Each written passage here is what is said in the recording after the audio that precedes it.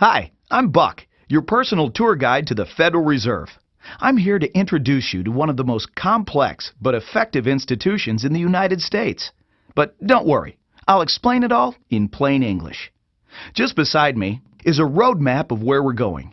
Together, we'll walk through the Federal Reserve System, literally. And along the way, I'll show you just what goes on around here and why it's important. By the end of this tour, you too will be able to explain the Federal Reserve in plain English. There is no other agency of government which can overrule actions that we take. There is no other agency of government which can overrule actions that we take. There is no other agency of government which can overrule actions that we take. That would effectively be a takeover of monetary policy by the Congress, a repudiation of the independence of the Federal Reserve, which would be highly destructive to the stability of the financial system, the dollar, and our national economic situation. The Federal Reserve does not own any gold at all. We have not owned gold since 1934.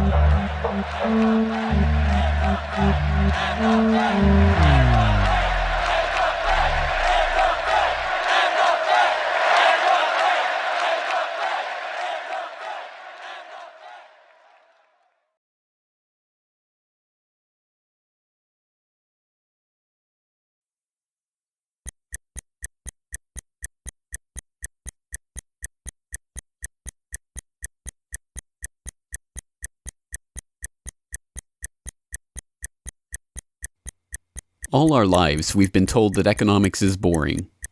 It's dull. It's not worth the time it takes to understand it. And all our lives, we've been lied to.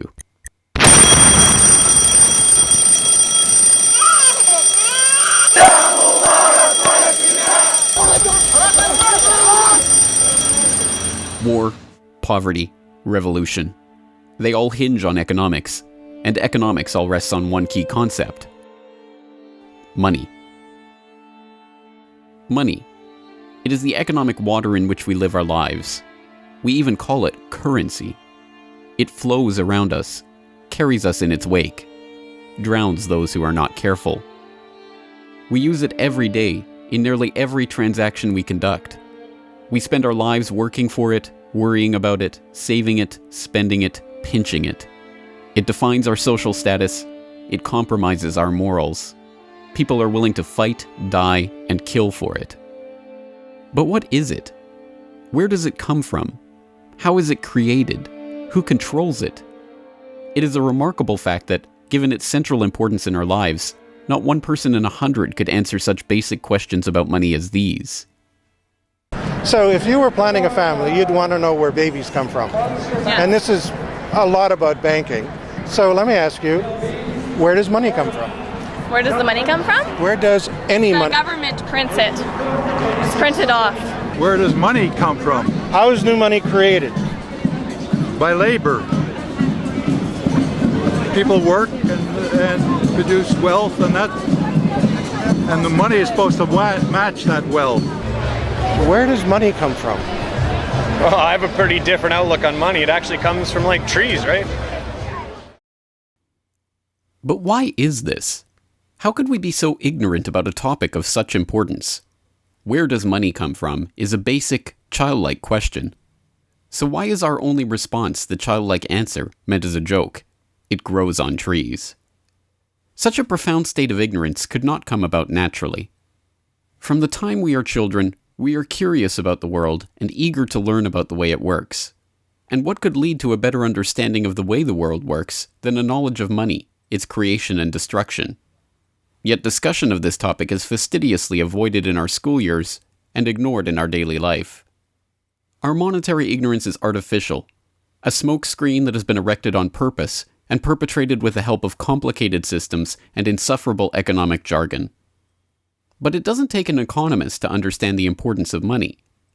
Deep down, we all know that the wars, the poverty, the violence we see around us hinges on this question of money. It seems like a 1,000-piece jigsaw puzzle just waiting to be solved. And it is. The puzzle pieces, taken together, create an image of the Federal Reserve, America's central bank and the heart of the country's banking system. Despite its central importance to the economy, relatively few have heard of it, and fewer still know what it is, despite the bank's attempts at self-description. Our economy runs on a complex system of exchange of goods and services, in which money plays a key part. Coin, currencies, savings, and checking accounts, the overall supply of money is managed by the Federal Reserve. Money is the medium through which economic exchanges take place, and money as a standard of value helps us to set prices for goods and services. The job of managing money, monetary policy, is to preserve the purchasing power of the dollar while ensuring that a sufficient amount of money is available to promote economic growth. The Federal Reserve also promotes the safety and soundness of the institutions where we do our banking. It ensures that the mechanisms by which we make payments, whether by cash, check, or electronic means, operate smoothly and efficiently. And in its fiscal role, acts as the banker for the United States government. Now, these duties comprise the major responsibilities of our central bank. But in order to really understand the Federal Reserve, we must first understand its origins and context. We must deconstruct the puzzle. The first piece of that puzzle lies here, in the White House. This is where the Federal Reserve Act, then known as the Currency Bill, was signed into law after passing the House and Senate in late December 1913. The New York Times of Christmas Eve 1913 described the festive scene. The Christmas spirit pervaded the gathering. While the ceremony was a little less impressive than that of the signing of the Tariff Act on October 3rd last in the same room, the spectators were much more enthusiastic and seized every occasion to applaud. There in the White House that fateful December evening, President Wilson signed away the last veneer of control over the American money supply to a cartel, a well-organized gang of crooks so successful, so cunning, so well hidden that even now, a century later, few know of its existence, let alone the details of its operations. But those details have been openly admitted for decades. Of course, just as we have been taught to find economics boring, we have been taught that this story is boring. This is the way the Federal Reserve itself tells it. The United States was facing severe financial problems. At the turn of the century, most banks were issuing their own currency, called banknotes. The trouble was, currency that was good in one state was sometimes worthless in another. People began to lose confidence in their money, since it was only as sound as the bank that issued it. Fearful that their bank might go out of business, they rushed to exchange their banknotes for gold or silver. By attempting to do so, they created the Panic of 1907. During the panic, people streamed to the banks and demanded their deposits. The banks could not meet the demand. They simply did not have enough gold and silver coin available. Many banks went under. People lost millions of dollars. Businesses suffered, unemployment rose, and the stability of our economic system was again threatened. Well, this couldn't go on. If the country was going to grow and prosper, some means would have to be found to achieve financial and economic stability. To prevent financial panics like the one in 1907, President Woodrow Wilson signed the Federal Reserve Act into law in 1913. But this is history as told by the victors, a revisionist vision in which the creation of a central bank to control the nation's money supply is merely a boring historical footnote, about as important as the invention of the zipper or an early 20th century hula hoop craze. The truth is that the story of the secret banking conclave that gave birth to that Federal Reserve Act is as exciting and dramatic as any Hollywood screenplay or detective novel yarn, and all the more remarkable for the fact that it is all true. We pick up the story, appropriately enough, under cover of darkness. It was the night of November 22nd, 1910, and a group of the richest and most powerful men in America were boarding a private rail car at an unassuming railroad station in Hoboken, New Jersey. The car, waiting with shades drawn to keep onlookers from seeing inside, belonged to Senator Nelson Aldrich, the father-in-law of billionaire heir to the Rockefeller dynasty, John D. Rockefeller Jr. A central figure on the influential Senate Finance Committee where he oversaw the nation's monetary policy, Aldrich was referred to in the press as the general manager of the nation. Joining him that evening was his private secretary Shelton, and a who's who of the nation's banking and financial elite. A. Pyatt Andrew, the Assistant Treasury Secretary, Frank Vanderlip, President of the National City Bank of New York, Henry P. Davison, a senior partner of J.P. Morgan Company, Benjamin Strong Jr., an associate of J.P. Morgan and president of Bankers Trust Co., and Paul Warburg, heir of the Warburg banking family and son-in-law of Solomon Loeb of the famed New York investment firm Kuhn, Loeb and Company. The men had been told to arrive one by one after sunset to attract as little attention as possible. Indeed, secrecy was so important to their mission that the group did not use anything but their first names throughout the journey so as to keep their true identities secret even from their own servants and waitstaff. The movements of any one of them would have been reason enough to attract the attention of New York's voracious press, especially in an era where banking and monetary reform was seen as a key issue for the future of the nation. A meeting of all of them, now that would surely have been the story of the century. And it was. Their destination? The secluded Jekyll Island off the coast of Georgia, home to the prestigious Jekyll Island Club whose members included the Morgans, Rockefellers, Warburgs, and Rothschilds. Their purpose?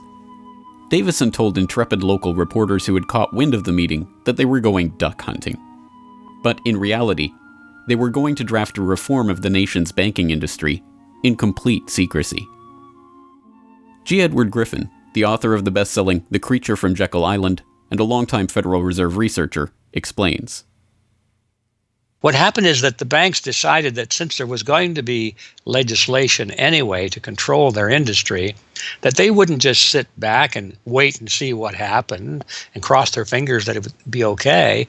They decided that to do what so many cartels do today, they decided to take the lead, and they would be the ones calling for regulations and reform. They like the word reform, and the American people are suckers for the word reform. You just put that into any corrupt piece of legislation, call it reform, and people say, oh, I'm all for reform, and so they vote for it or accept it. So that's what they were doing. They decided we will reform our own industry. In other words, we will create a cartel, and we will give the cartel the power of government. We'll take our cartel agreement so that we can self-regulate to our advantage, and we'll call it the Federal Reserve Act. And then we'll take this cartel agreement to Washington and convince those idiots there to pass it into law. And that basically was the strategy. It was a brilliant strategy. Of course, we see it happening all the time, and certainly in our own day today, we see the same thing happening in other cartelized industry. Right now, we're watching it unfold in the field of healthcare, but at that time, it was banking, all right? And so the banking cartel wrote their own rules and regulations, called it the Federal Reserve Act, got it passed into law, and it was very much to their liking because they wrote it.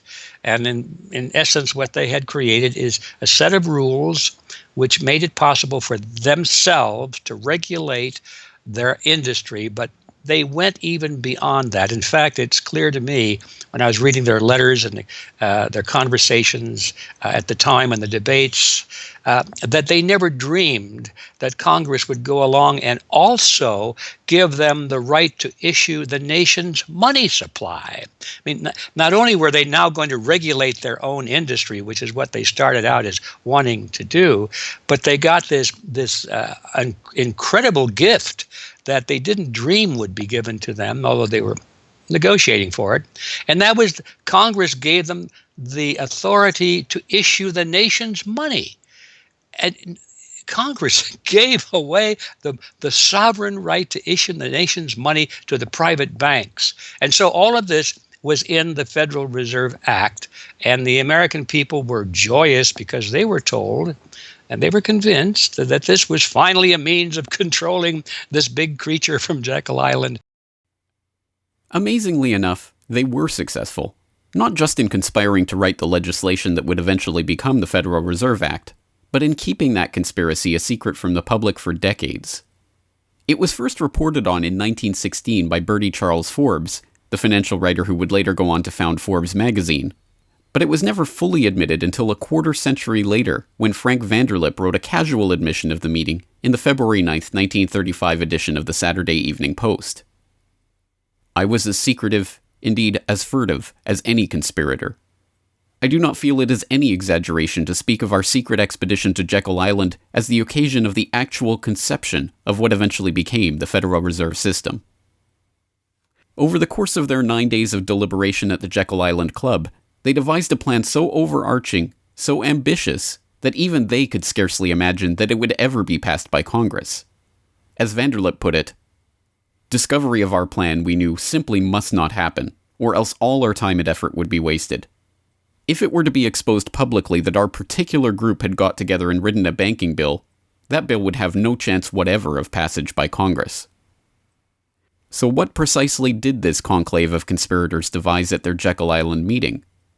A plan for a central banking system to be owned by the banks themselves, a system which would organize the nation's banks into a private cartel that would have sole control over the money supply itself. At the end of their 9-day meeting, the bankers and financiers went back to their respective offices content in what they had accomplished. The details of the plan changed between its 1910 drafting and the eventual passage of the Federal Reserve Act, but the essential ideas were there. But ultimately, this scene on Jekyll Island, too, is just one piece of a larger puzzle. And like any other puzzle piece, it has to be seen in its wider context for the bigger picture to become visible. To understand the other pieces of the puzzle and their importance in the creation of the Federal Reserve, we have to travel backward in time. The story begins in late 17th century Europe. The 9 Years' War is raging across the continent as Louis XIV of France finds himself pitted against much of the rest of the continent over his territorial and dynastic claims. King William III of England, devastated by a stunning naval defeat, commits his court to rebuilding the English navy. There's only one problem: money. The government's coffers have been exhausted by the waging of the war, and William's credit is drying up. A Scottish banker, William Patterson, has a banker's solution. A proposal to form a company to lend £1 million to the government at 6% plus £5,000 management fee, with the right of note issue. By 1694, the idea has been slightly revised, a £1.2 million loan at 8% plus £4,000 for management expenses. But it goes ahead. The magnanimously titled Bank of England is created. The name is a carefully constructed lie, designed to make the bank appear to be a government entity. But it is not. It is a private bank owned by private shareholders for their private profit, with a charter from the king that allows them to print the public's money out of thin air and lend it to the crown. What happens here at the birth of the Bank of England in 1694 is the creation of a template that will be repeated in country after country around the world. A privately controlled central bank lending money to the government at interest, money that it prints out of nothing.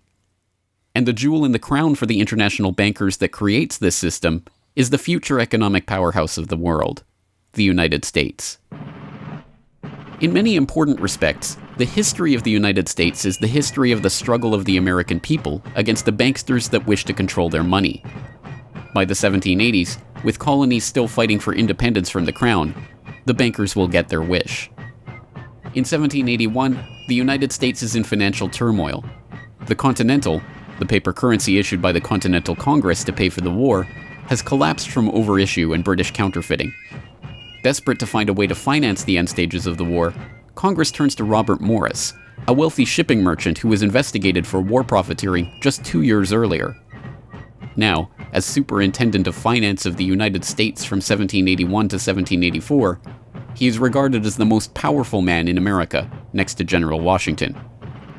In his capacity as Superintendent of Finance, Morris argues for the creation of a privately owned central bank deliberately modeled on the Bank of England that the colonies were supposedly fighting against. Congress, backed into a corner by war obligations and forced to do business with the bankers just like King William in the 1690s, acquiesces and charters the Bank of North America as the nation's first central bank. And exactly as the Bank of England came into existence loaning the British Crown £1.2 million, the BNA started business by loaning $1.2 million to Congress. By the end of the war, Morris has fallen out of political favor and the Bank of North America's currency has failed to win over a skeptical public. the BNA is downgraded from a national central bank to a private commercial bank chartered by the state of Pennsylvania. But the bankers have not given up yet. Before the ink is even dry on the Constitution, a group led by Alexander Hamilton is already working on the next privately owned central bank for the newly formed United States of America. So brazen is Hamilton in the forwarding of this agenda that he makes no attempt to hide his aims or those of the banking interests he serves. A national debt, if it is not excessive, will be to us a national blessing, he wrote in a letter to James Duane in 1781. It will be a powerful cement of our union. It will also create a necessity for keeping up taxation to a degree which, without being oppressive, will be a spur to industry. Opposition to Hamilton and his debt-based system for establishing the finances of the U.S. is fierce. Led by Jefferson and Madison, the bankers and their system of debt enslavement is called out for the force of destruction that it is, with Thomas Jefferson writing, "The spirit of war and indictment, since the modern theory of the perpetuation of debt, has drenched the earth with blood and crushed its inhabitants under burdens ever accumulating." Still, Hamilton proves victorious. The first Bank of the United States is chartered in 1791 and follows the pattern of the Bank of England and the Bank of North America almost exactly. A privately owned central bank with the authority to loan money that it creates out of nothing to the government. In fact, it is the very same people behind the new bank as were behind the old Bank of North America. It was Alexander Hamilton, Robert Morris's former aide, who first proposed Morris for the position of financial superintendent, and the director of the old Bank of North America, Thomas Willing, is brought in to serve as the first director of the First Bank of the United States. Meet the new banking bosses, same as the old banking bosses. In the first 5 years of the bank's existence, the U.S. government borrows $8.2 million from the bank, and prices rise 72%. By 1795, when Hamilton leaves office, the incoming Treasury Secretary announces that the government needs even more money and sells off the government's meager 20% share in the bank, making it a fully private corporation. Once again, the U.S. economy is plundered while the private banking cartel laughs all the way to the bank that they created. By the time the bank's charter comes due for renewal in 1811, the tide has changed for the money interests behind the bank. Hamilton is dead, shot to death in a duel with Aaron Burr. The bank-supporting Federalist Party is out of power. The public are wary of foreign ownership of the central bank, and what's more, don't see the point of a central bank in time of peace. Accordingly, the charter renewal is voted down in the Senate, and the bank is closed in 1811. Less than a year later, the U.S. is once again at war with England. After 2 years of bitter struggle, the public debt of the U.S. has nearly tripled from $45.2 million to $119.2 million. With trade at a standstill, prices soaring, inflation rising, and debt mounting, President Madison signs the charter for the creation of another central bank, the Second Bank of the United States, in 1816.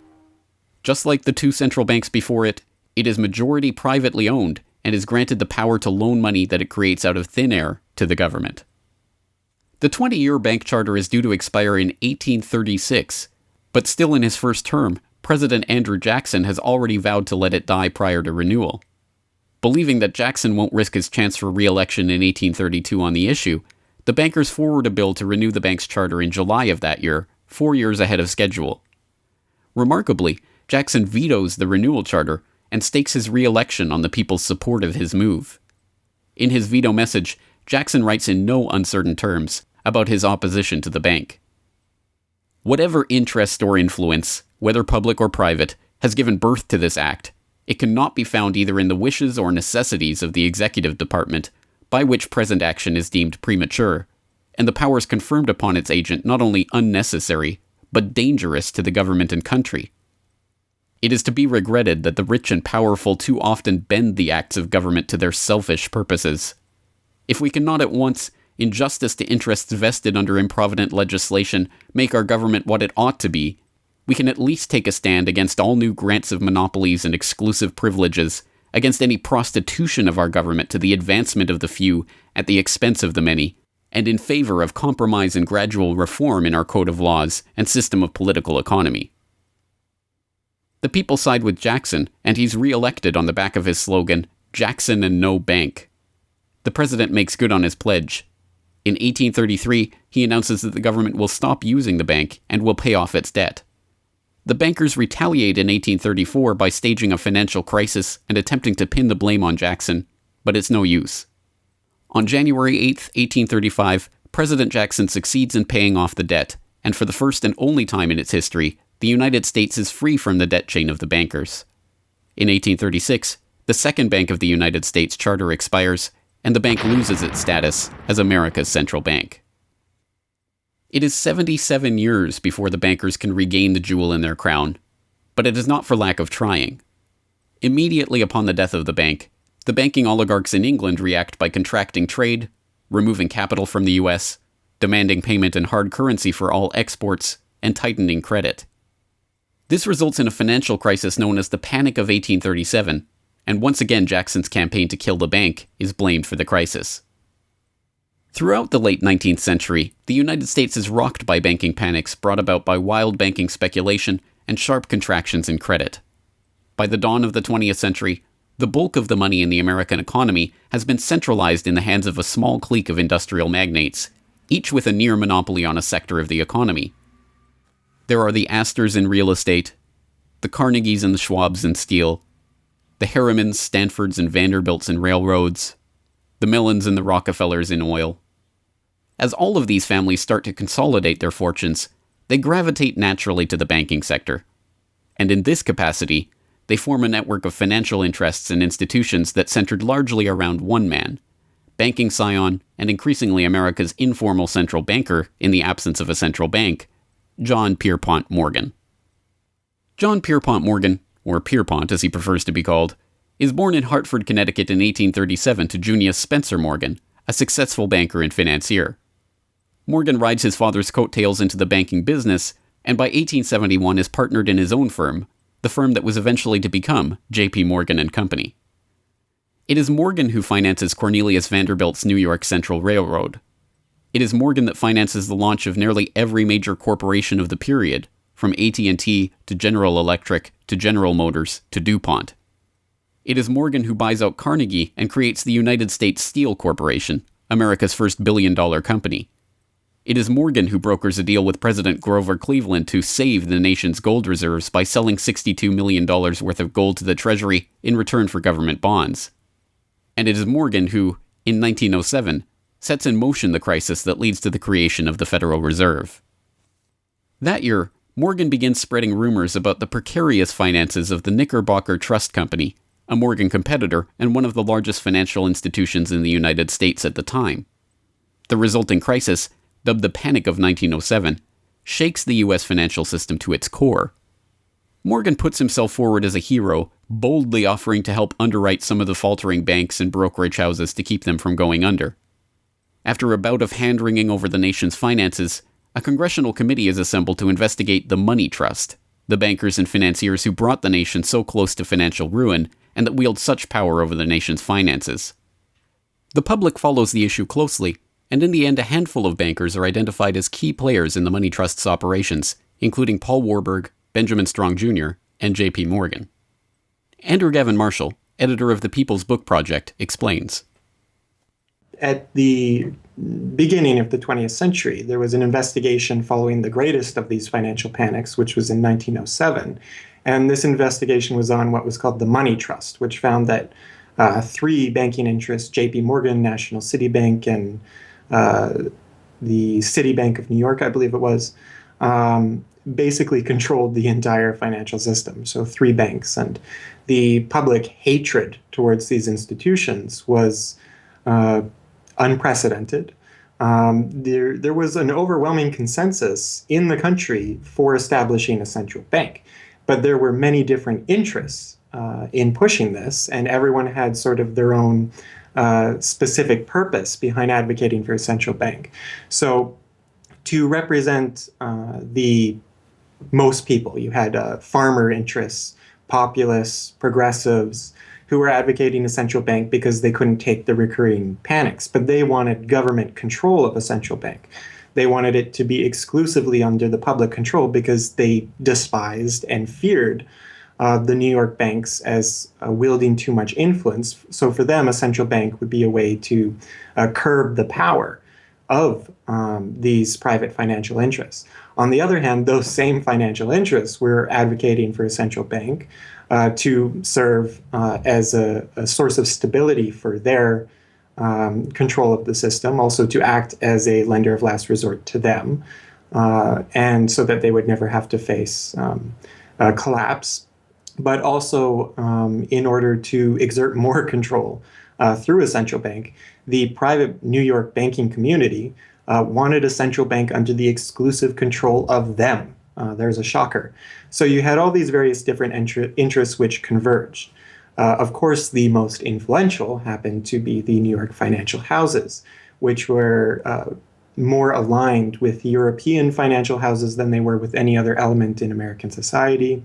The main individual behind the founding of the Federal Reserve was Paul Warburg, who was a partner with Kuhn, Loeb and Company, European banking house. His brothers were prominent bankers in Germany at that time, and he had, of course, close connections with every major financial and really big industrial firm in the United States, and most of those existing in Europe.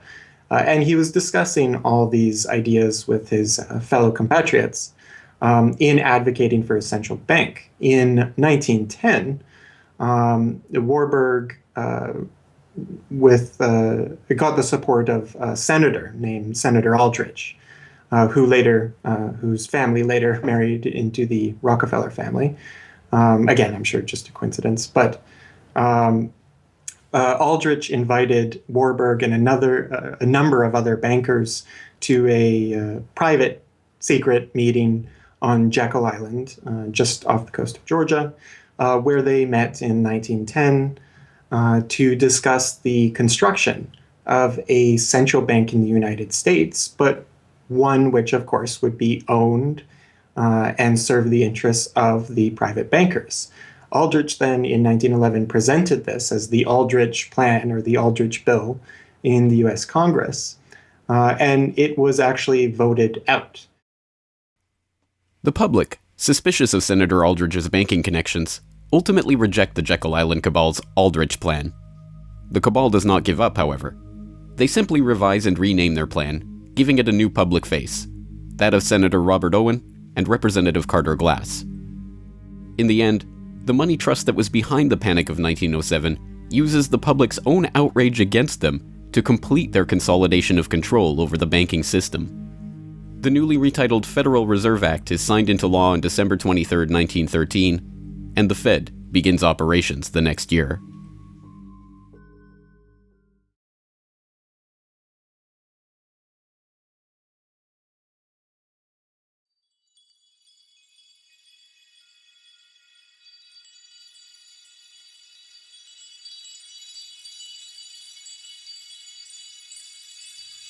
So how does the Federal Reserve System work?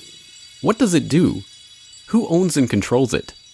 These are the basic questions that would get to the heart of the fundamental question, what is money? And that is why the answer to these questions have been shrouded in impenetrable economic jargon. Even the Federal Reserve's own educational propaganda, which has an unusual tendency towards cutesy animation and talking down to its audience, has a difficult time summarizing the Fed's mission and responsibilities.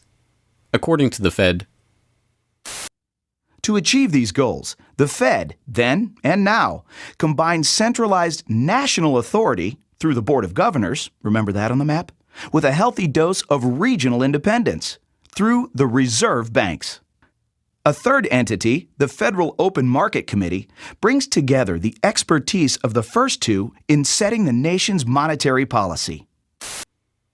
Precisely what imaginary gaggle of schoolchildren is this economic gibberish aimed at? The simple truth, hidden behind the sleight of hand of economic jargon and magisterial titles, is that a banking cartel has monopolized the most important item in our entire economy: money itself. We are taught to think of money as the pieces of paper printed in government printing presses or coins minted by government mints.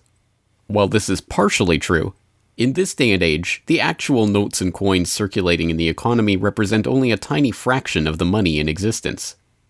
Over 90% of the money supply is in fact created by private banks as loans that are payable back to the banks at interest. Although this simple fact is obscured by the wizards of Wall Street and gods of money who want to make the money creation process into some special art of alchemy carefully overseen by the government, the truth is not hidden from the public.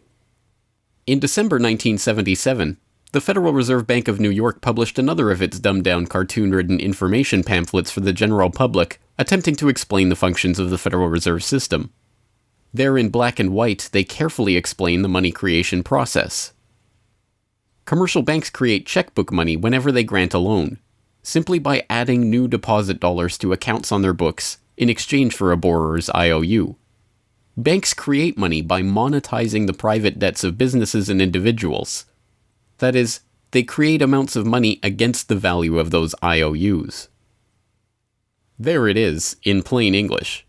The vast majority of money in the economy, the checkbook money in our accounts at the bank, and that we use in our electronic transfers and digital payments, is created not by a government printing press, but by the bank itself.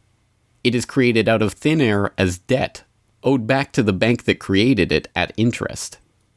This means that bank loans are not money taken from other bank depositors, but new money simply conjured into existence and placed into your account.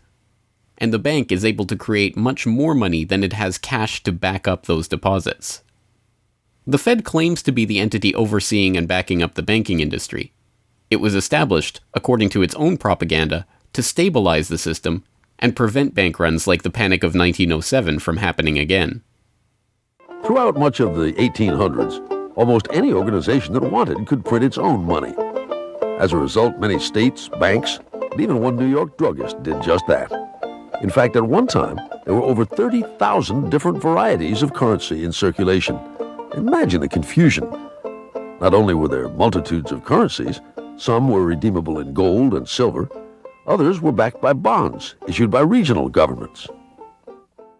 It was not unusual for people to lose faith both in the value of their currency and in the entire financial system.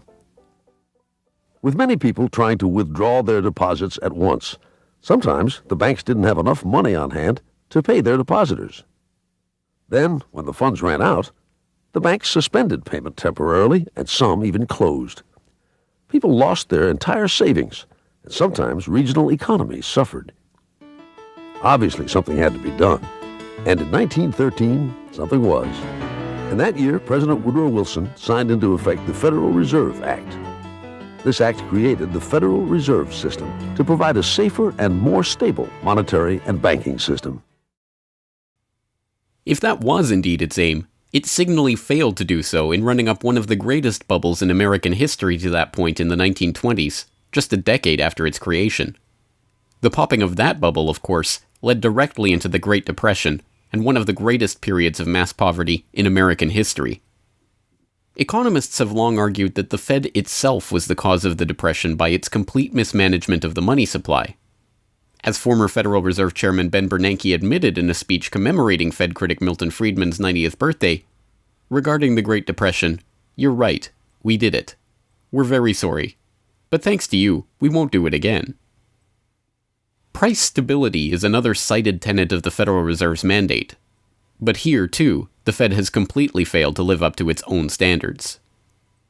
Aside from the banking system, the Federal Reserve has another responsibility that's probably even more important. It's in charge of something called monetary policy. Basically, it means trying to keep prices stable to avoid inflation. Say you buy a CD today for $14, but what if next year the price of the CD jumped to $20 or $50? Not because of a change in supply or demand, but because all prices were going up. That's inflation. There are a lot of different causes of inflation, but one of the most important is too much money. The Fed can adjust the money supply by injecting money into the system electronically or by withdrawing money from the economy. Think of it. The Federal Reserve has the ability to create money and make it disappear.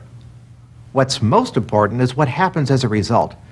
Anytime the supply of money is altered, the effects are felt throughout the economy. The Fed's methods have changed over time to take advantage of the latest computers and electronics, but its mission remains the same: to aim for stable prices, full employment, and a growing economy. 100 years ago, in 1913, the Fed was created, and we've marked it with a vertical line there. Consumer prices now are about 30 times higher than they were when the Fed was created in 1913. Paper money, too, is the responsibility of the Federal Reserve. Hence, the dollars in circulation are not Treasury notes, not bills of credit, but Federal Reserve notes, debt-based notes backed up, ultimately, by the government's own promise to pay. It's sovereign bonds backed up by the taxpayers themselves. At one time, the Federal Reserve banks were legally required to keep large stockpiles of gold in reserve to back up these notes. But that requirement was abandoned, and today the notes are backed up mostly by government securities. The Fed no longer keeps any actual gold on its books, but gold certificates issued by the Treasury and valued not at the spot price of $1,300 per troy ounce, but an arbitrarily fixed statutory price of $42 2/9 per ounce. But I do have one question. During the crisis, or any time that you're aware of, has the Federal Reserve or Treasury participated in any gold swaps arrangements? The Federal Reserve does not own any gold at all. We have not owned gold since 1934. So we have not engaged in any gold swaps. But it appears on your balance sheet that you hold gold. What appears on our balance sheet is gold certificates. When we turned before 1934, the Federal Reserve did own gold. We turned that over by law to the Treasury and received in return for that gold certificates. If the Treasury entered into, because under the Exchange Stabilization Fund, I would assume they probably have the legal authority to do it, they wouldn't be able to do it then because you have the securities for essentially all the gold? No, we have no interest in the gold that is owned by the Treasury. We have simply an accounting document that is called gold certificates that represents the value at a statutory rate and still that we gave to the Treasury in 1930. And still measured at $42 an ounce, which makes no sense whatsoever. Clearly, there is a discrepancy between what we are led to believe is motivating the Fed and what it actually does. To understand what the Fed is actually intended to do, it's first important to understand that the Federal Reserve is not a bank per se, but a system. This system codifies, institutionalizes, oversees, and undergirds a form of banking called fractional reserve banking, in which banks are allowed to lend out more money than they actually have in their vaults. The whole process starts, the process of decay and corruption starts with something called fractional reserve banking. That's the technical name for it.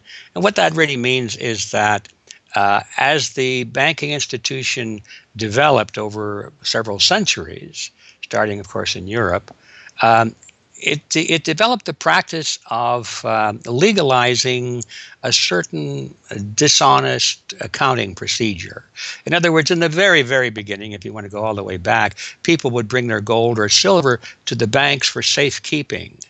And they'd say, give us a paper receipt. And we don't want to guard our silver and our gold because, people could come in the middle of the night and they could kill us or tie us up and threaten us, and they'll get our gold and silver, so we can't really guard it. We'll take it to the bank and have them guard it, and we just want a paper receipt so that we can take the receipt back and get our gold anytime we want. And so in the beginning, money was receipt money. They could then, instead of changing or exchanging the gold coins, they could exchange the receipts, and people would accept the receipts just as well as the gold, knowing they could get the gold. And so these paper receipts being circulated were, in essence, the very first examples of paper money.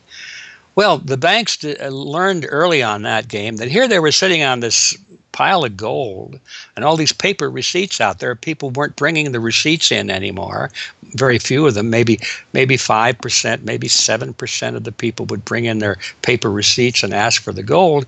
So they said, why don't we just sort of give more receipts out than we have gold?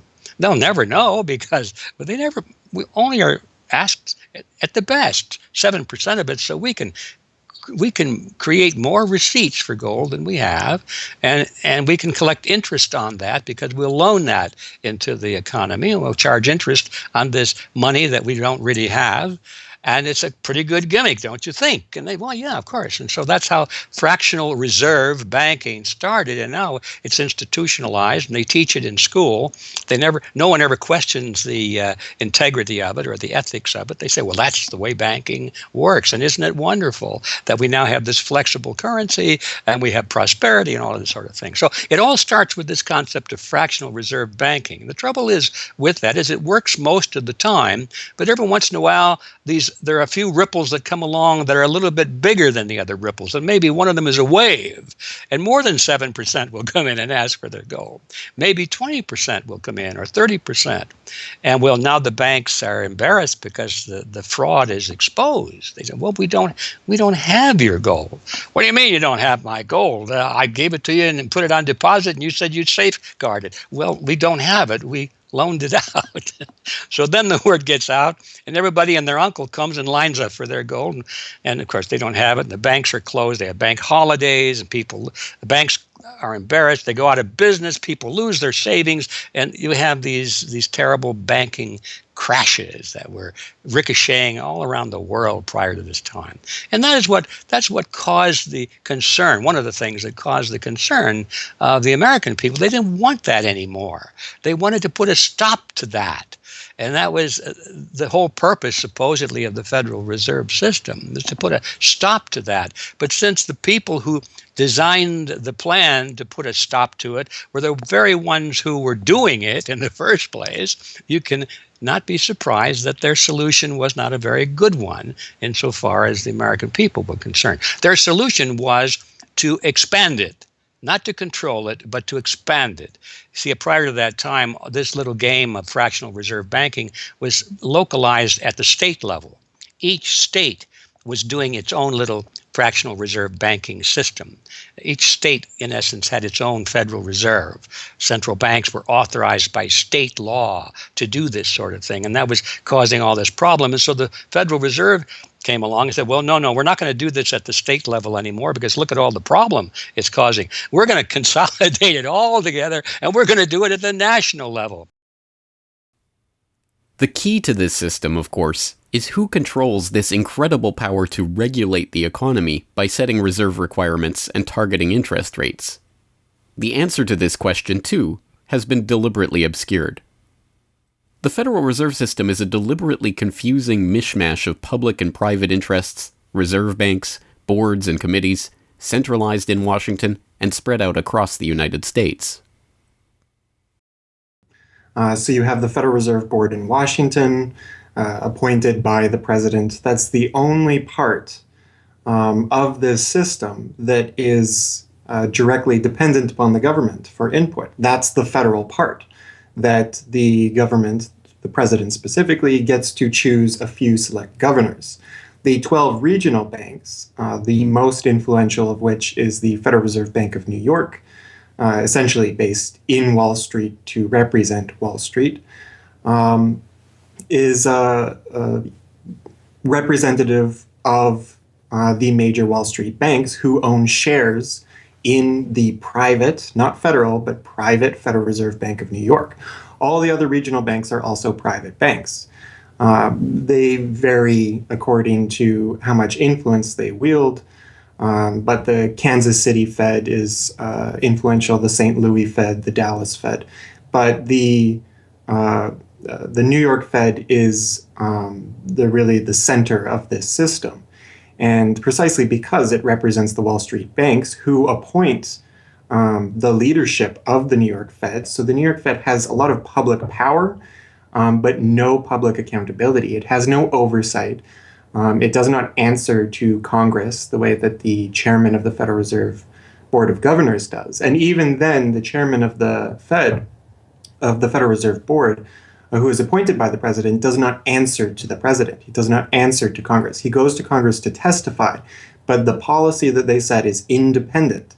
So they have no input from the government. The government can't tell them what to do, legally speaking. And of course, they don't. Do you think it would cause problems for the Fed or for the economy if that legislation was to pass? My concern about the legislation is that if the GAO is auditing not only the operational aspects of our programs and the details of the programs, but is making judgments about our policy decisions that would effectively be a takeover of monetary policy by the Congress, a repudiation of the independence of the Federal Reserve, which would be highly destructive to the stability of the financial system, the dollar, and our national economic situation. The Federal Open Market Committee is responsible for setting interest rates.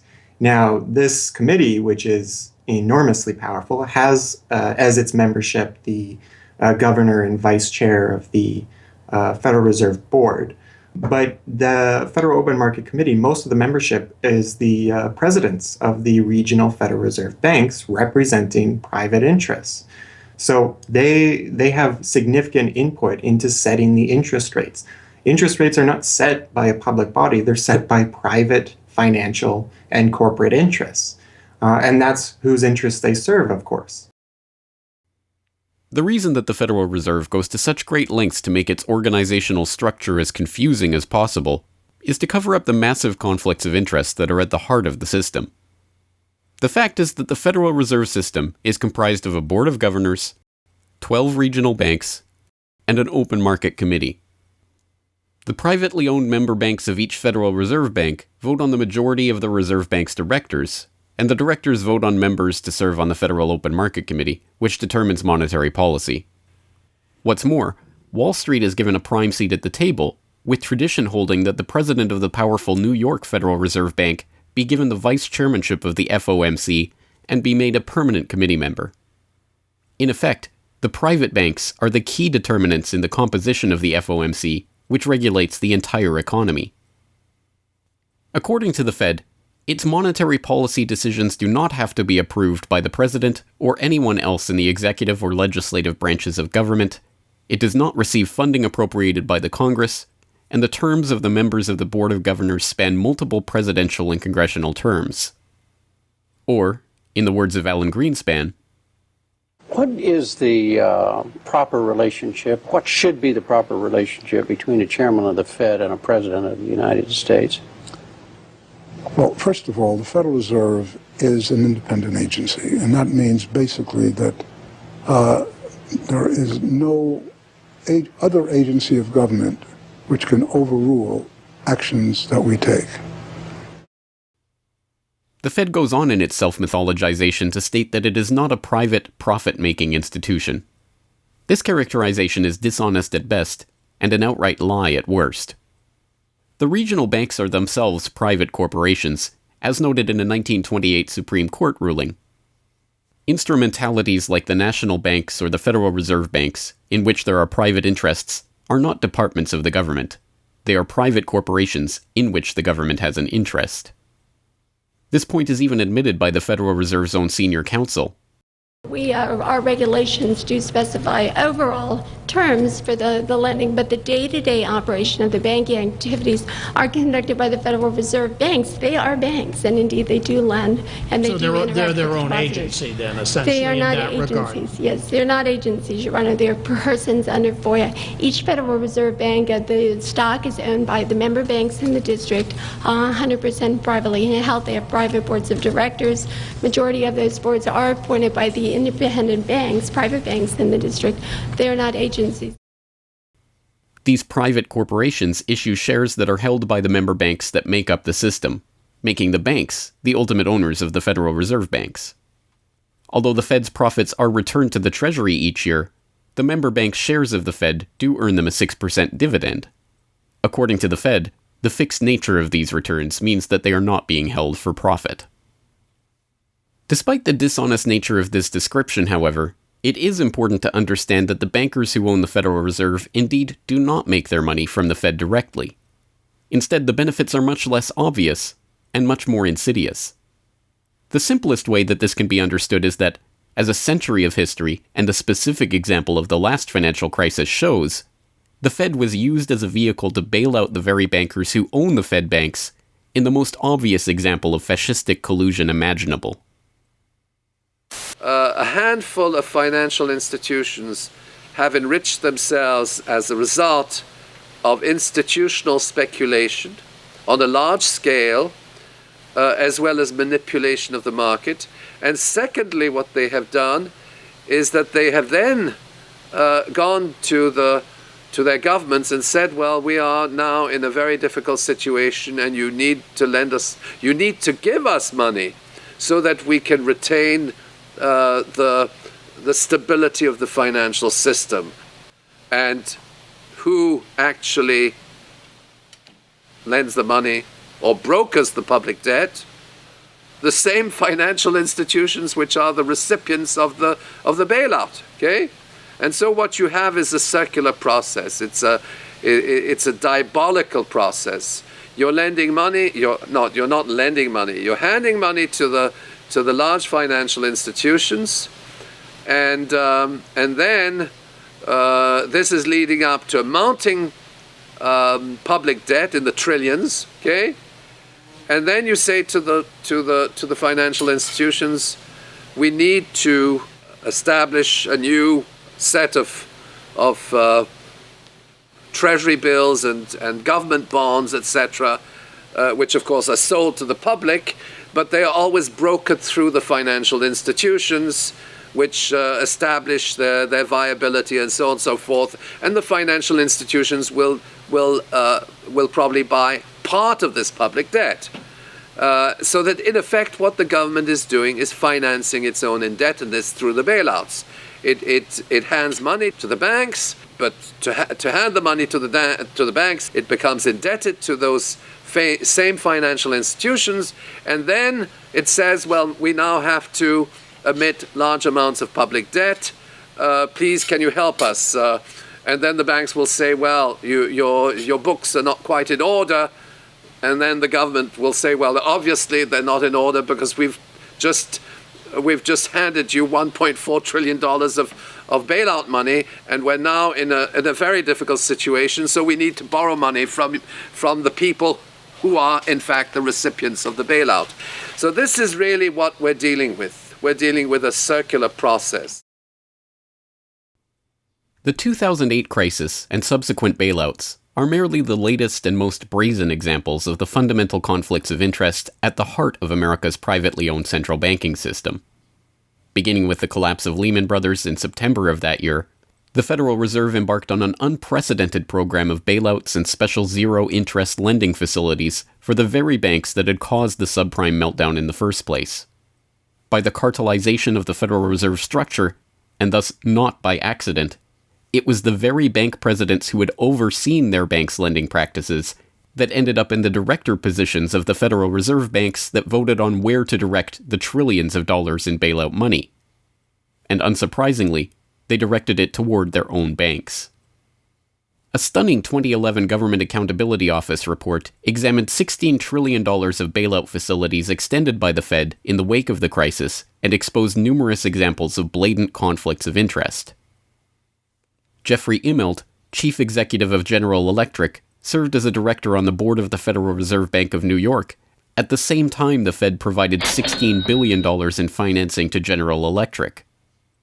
JP Morgan Chase chief executive Jamie Dimon, meanwhile, was also a member of the board of the New York Fed during the period that saw $391 billion in Fed emergency lending directed to his own bank.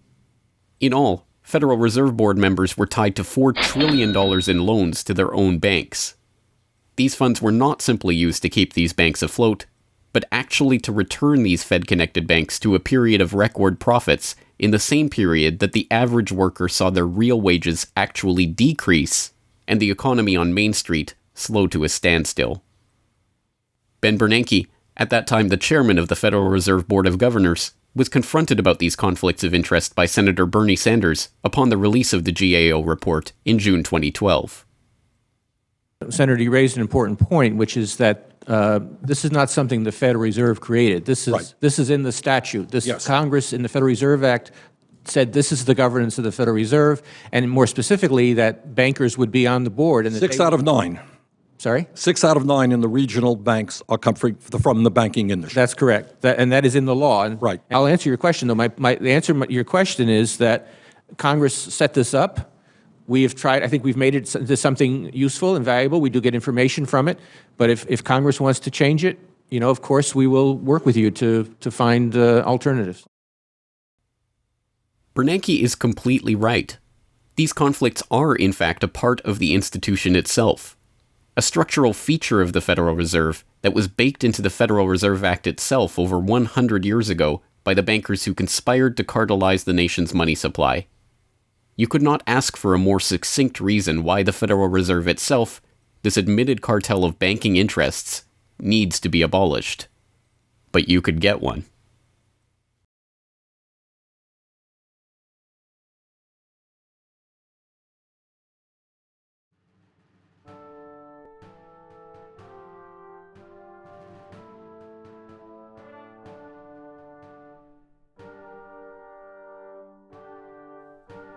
We now know that for centuries, the people of the United States have been at war with the international banking oligarchs.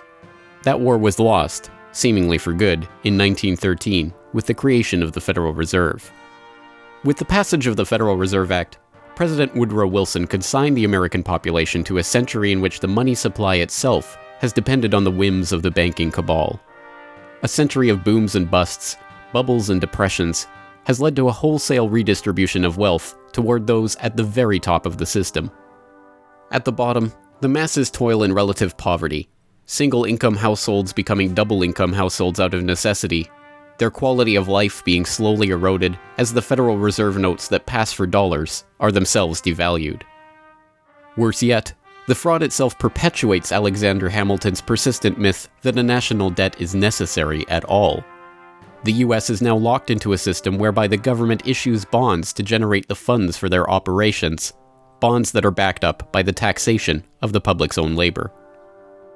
The perpetrators of this fraud, meanwhile, remain in the shadows, largely ignored by a general public that could instantly recognize the latest Hollywood heartthrob or pop idol, but have no clue what the head of Goldman Sachs or the New York Fed does, let alone who they are. This cabal bear allegiance to no nationality, no philosophy or creed, no code of ethics.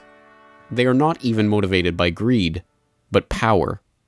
The power that the control of the money supply inevitably brings with it. After a person has all the money in the world that you could possibly use to buy anything you want, what's left to capture your imagination? And the answer, of course, is power. Power over people. Now, money is power over people, but there's another power over people as well, and that is the political power, the social power. And I think this has now become the dominant driving force of these people. They've already got the money. They've got it locked down.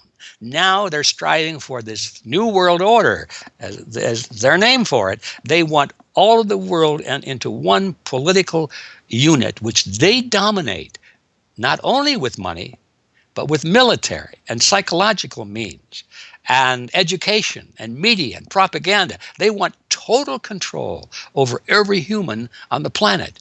And by golly, they're moving pretty rapidly in that direction.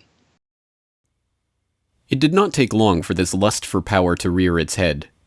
In 1921, just 7 years after the Fed began operations, the same J.P. Morgan-connected banking elite that founded the Federal Reserve incorporated an organization called the Council on Foreign Relations with the goal of taking over the foreign policy apparatus of the United States, including the State Department. In this quest, it was remarkably successful.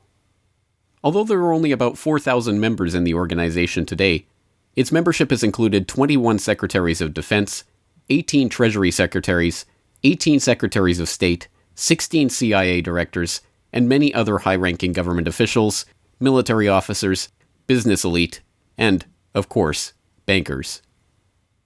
The first director of the CFR was John W. Davis, J.P. Morgan's personal lawyer and a millionaire in his own right. Together with its sister organizations in Britain and elsewhere around the world, these groups would work together toward what they called a New World Order of total financial and political control directed by the bankers themselves.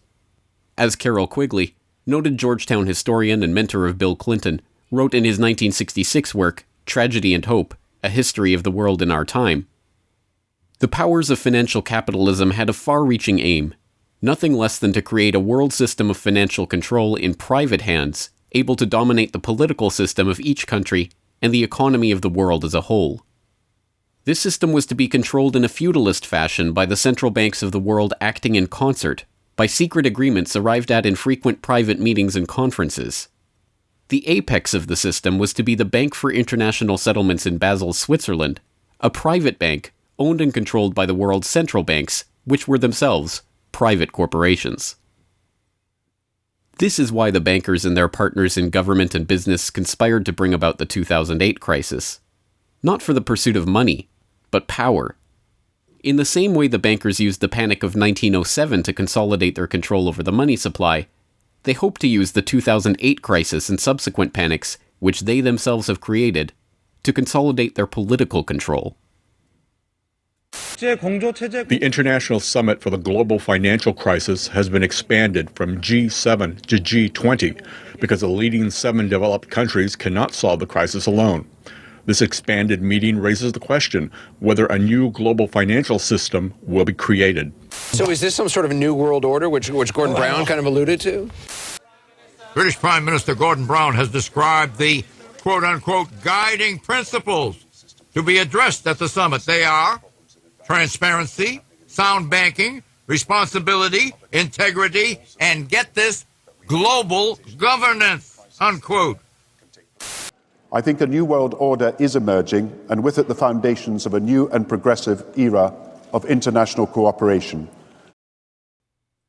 The inevitable conclusion, one that flows necessarily from the true understanding of this situation, is that the Federal Reserve System needs to be consigned to the dustbin of history. After a century of enslavement, it is time for the American public to finally throw off the bankers' debt chains. If there was ever a point in human history to start questioning alternatives, this would be it. And to think that where we are and simply say, oh, well, this is the best of our options. How many of the best options lead to self-destruction? Doesn't sound like a best option.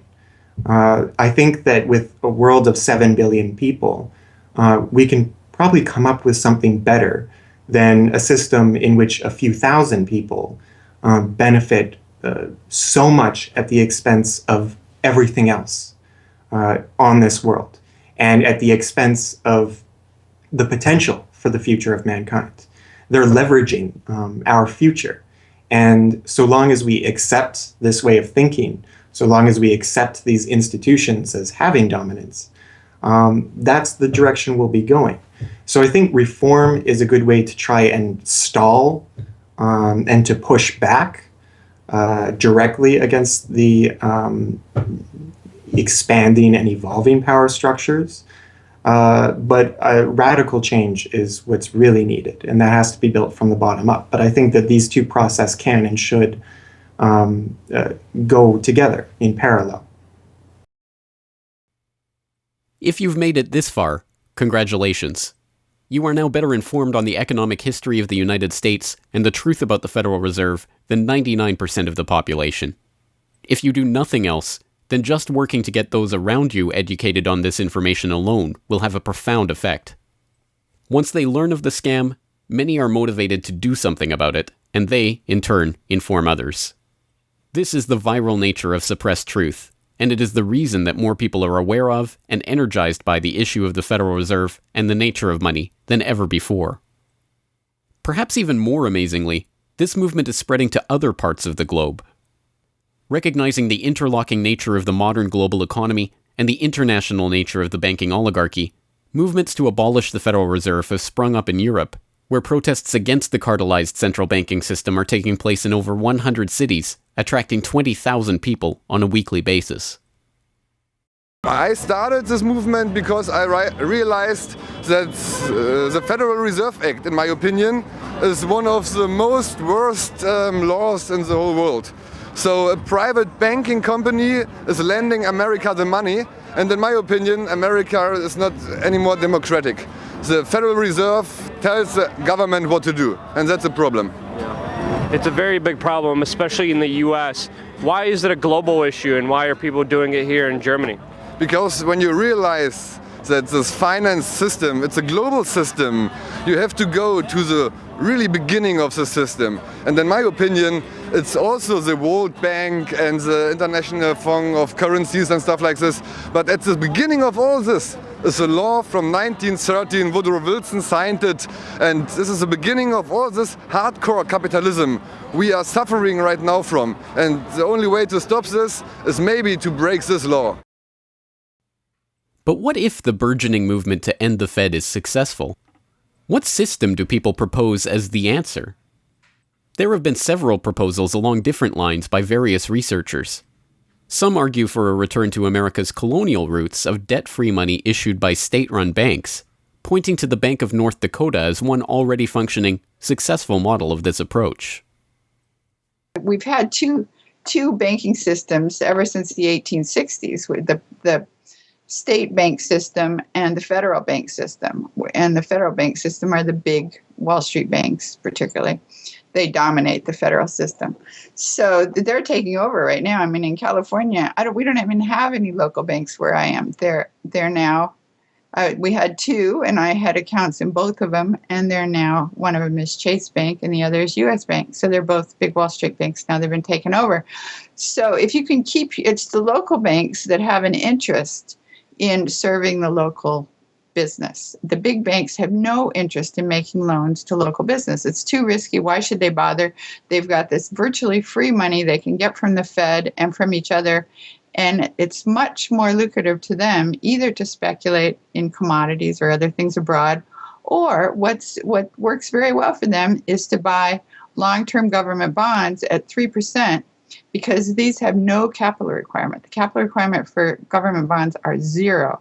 So they can buy all of those that they want. Whereas if they buy, let's say, mortgages, or if they make loans for mortgages, or they make loans to businesses, then they have to worry about their capital requirement. And as soon as they've used up all their capital, in other words, $8 of capital will get you $100 of loans, then they can't make any more loans. They have to wait for 30 years till those loans get paid off. So what they do, if they do buy mortgages, is sell them off to investors. And so that was the whole mortgage-backed securities scam that we've seen.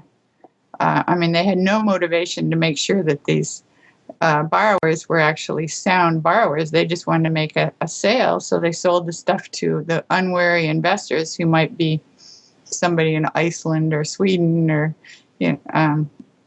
or pension funds. Yeah, so that didn't work out so well. So a state bank with the partnering with the local banks can provide the capital, can help them with capital.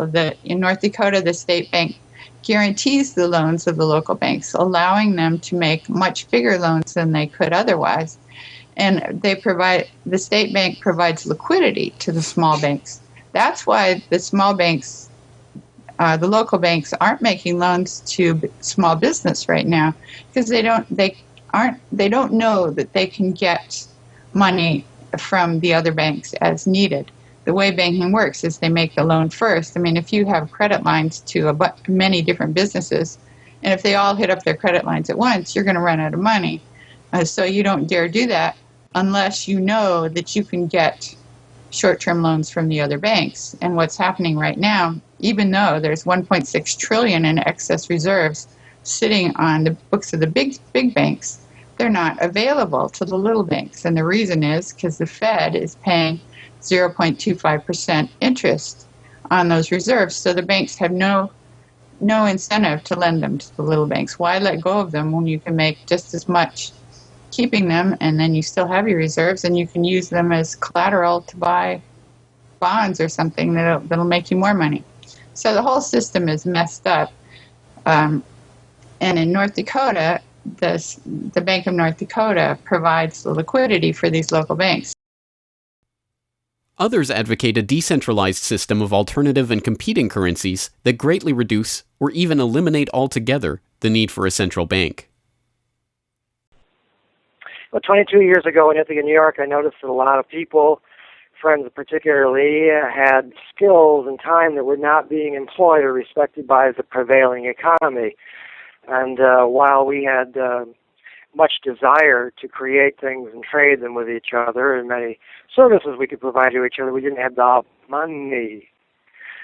So Since I have a background in graphic design, journalism, and arrogance, I went to my computer and designed paper money for Ithaca, New York.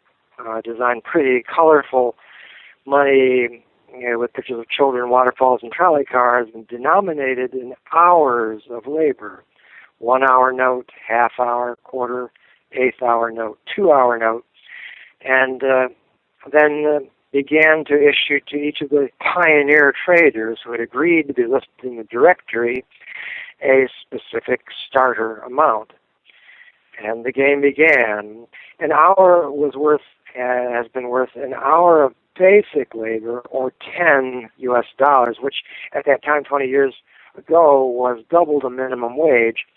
People who usually expect more than $10 per hour of their service can charge multiple hours per hour, but the denomination puts between us as residents of our community that reminder that we are fellow citizens, not merely winners or losers scrambling for dollars.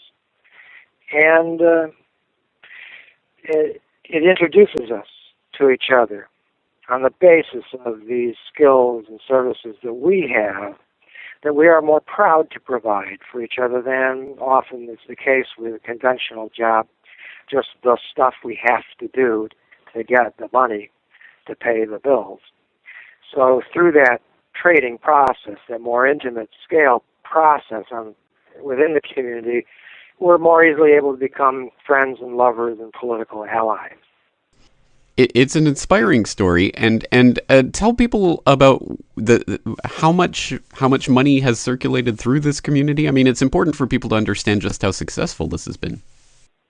Because we're not a computer system, we don't have a specific volume of trading recorded, but by the grapevine, by phone surveys, and over the years watching the money move, we were able to guess very reliably that several $1 million equivalent of this money has transacted over those years, making loans without charging interest up to $30,000 value, which is the fundamental monetary revolution in our system. Then as well, making grants of the money to over 100 community organizations. Some argue for currencies whose mathematical nature prevent them from being merely conjured into existence whenever a federal government wants to wage another war of aggression or forge another link in the seemingly endless train of governmental tyranny and abuse. What people have to understand about Bitcoin is that it's a completely decentralized network. There's no central server, there's no controlling company, there's no office. It's just free software that anyone can download and start running on their computer anywhere in the world. And that the Bitcoins themselves can be transferred to or from anyone anywhere in the world. And it's impossible for any bank or government or entity to block you from sending or receiving those Bitcoins. There's a limited supply of those Bitcoins. There will never, ever, ever be more than 21 million Bitcoins. And so because, like everything, the price is set based on supply and demand, because the supply of Bitcoins is limited and the demand is increasing as more and more people start to use them and more websites start to accept them, the price of Bitcoins in terms of dollars is going to have to increase even a lot more than the $500 per Bitcoin that it is today. Are there any drawbacks at all to the idea of using a cryptocurrency? If you're part of the current power elite that can just print money at will to spend on whatever you feel like, then yeah, the world switching over to Bitcoin is probably not going to benefit you. But if you're one of the normal people that aren't working for the Federal Reserve or any central bank that's printing money to pay to your friends and that sort of thing, then a Bitcoin world is a wonderful thing for you. Sound money, cryptocurrencies, state banks, LETS programs, self-issued credit. These and many other solutions have all been proposed, and many of them are in use in different localities today. Information on all of these ideas and how they are being applied in various parts of the world are widely available online. The point is that the question of what money is and how it should be created is perhaps the single greatest question facing humanity as a whole, and yet it is one that has been almost completely eliminated from the national conversation. Until recently.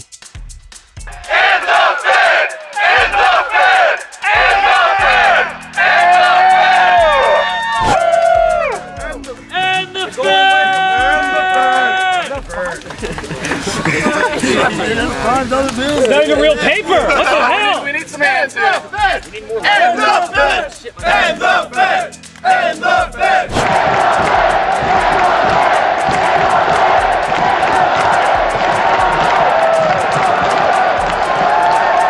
I haven't even gotten to that part yet. We can do it again when I get to that part.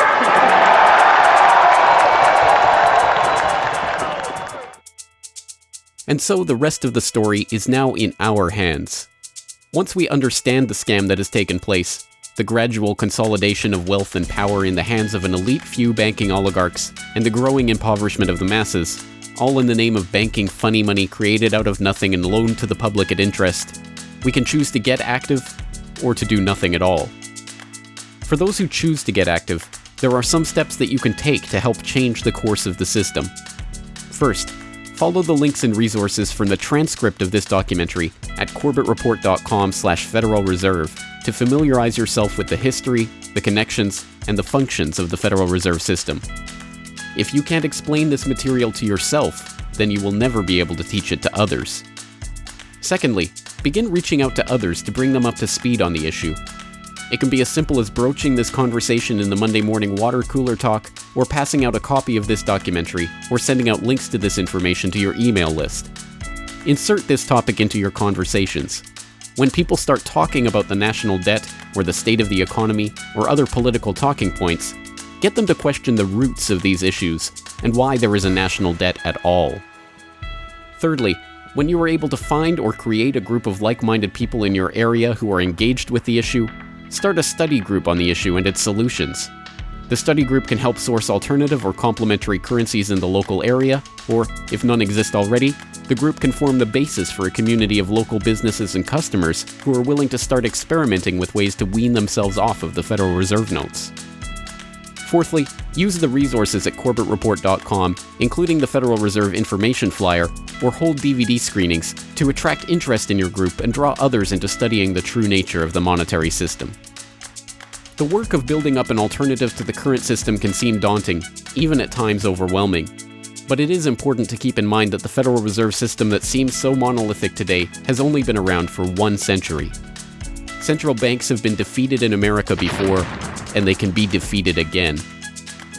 The question of how we decide to change this system is not rhetorical. It will either be answered by an informed, engaged, active population working together to create viable alternatives and to dismantle the current system, or it will be answered by the same banking oligarchy that has been controlling the money supply, and indeed the lifeblood of the country, for generations. Now, 1 century after the creation of the Federal Reserve System, we have a choice to make. Whether the next century, like the one before it, will be a century of enslavement, or, transformed by the actions and choices that we make in the light of this knowledge, a century of empowerment.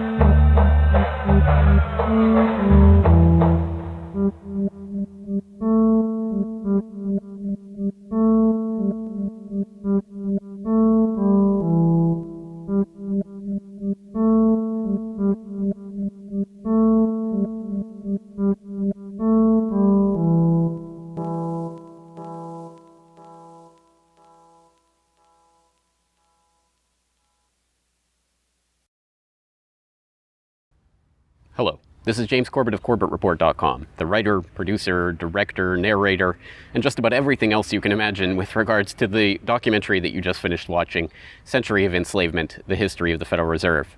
As I mentioned towards the end of that documentary, if you've made it this far, then you are now better informed about the Federal Reserve, its origins, what it is, how it functions, and why it must be opposed than 99% of the general public. And if you've made it this far, then you are obviously one of the very few who is very eager and motivated to join the rising tide of free humanity that is seeking to throw off the debt chains of the banksters in the United States and around the world. And if you are so motivated, then I have some treats for you. I have some resources that I'd like to direct you to. As I mentioned again towards the end of that documentary, there are some resources up at CorbettReport.com that I hope will help you in your quest to better inform yourself and better inform others about the Federal Reserve System. Because once again, if you can't explain this to yourself, then how could you ever hope to explain it to anyone else? So I think the first quest that we must all engage in is to improve our own understanding of the Federal Reserve System and how it functions, and then to spread that information to others. And on that note, once again, if you go to CorbettReport.com, you'll be able to find, first and foremost, this documentary itself is, of course, 100% freely available online, which you would know because you're watching this right now. So, of course, there will be links to the YouTube version of this documentary or the downloadable MP4 version on my website. There's also audio MP3 files available for download. All of those, again, freely open to the public, and I do encourage you to send them out to others if you do find it to be a valuable resource yourself.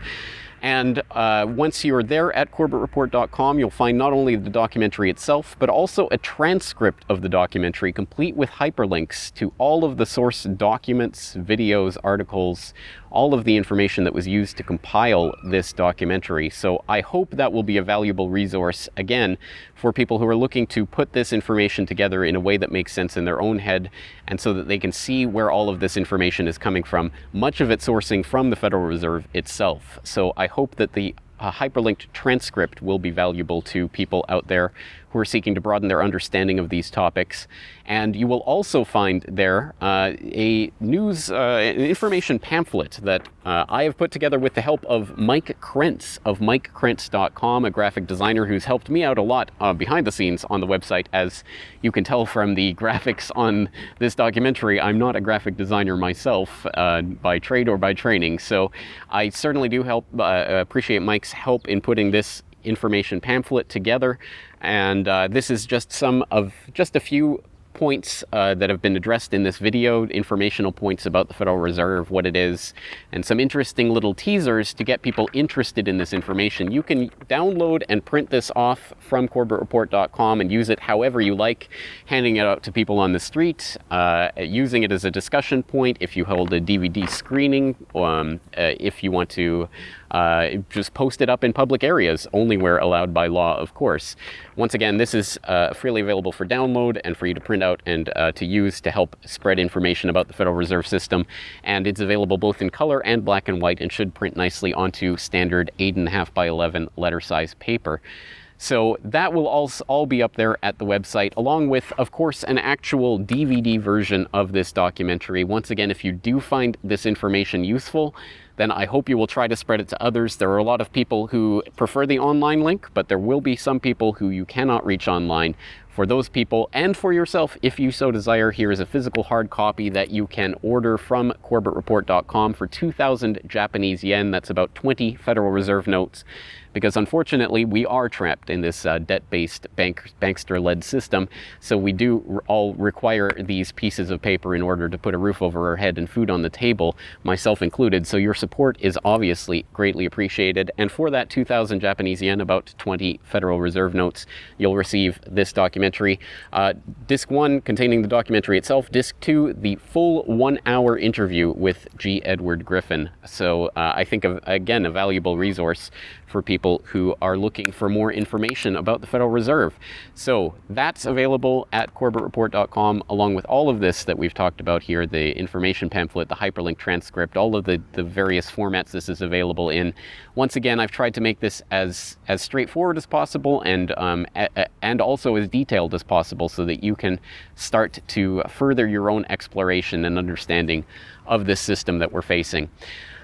Once again, of course, any way that you choose to get this information out to others is greatly appreciated, but if you do want to send the Corbett Report links around, the best one to use is CorbettReport.com/Federal Reserve. That will have the documentary in the YouTube format, it will have the downloadable MP3 and MP4 formats, it will have the transcript, it will have the downloadable information pamphlet, And it will also have a link to buy the DVD. So all of that will be there at corbettreport.com/Federal Reserve. Please send people there if you're going to send people anywhere. So once again, I really do salute you for taking time out of your busy day, out of your schedule, to devote yourself to watching and learning and understanding this material, and to helping spread this information and awareness to others, because it is only together that we will ever be able to form the movement that will ultimately turn the tide against the banksters and defeat the Federal Reserve and all of the similarly privately controlled central banks all around the world. So once again, thank you for your time and attention. I'm James Corbett of CorbettReport.com.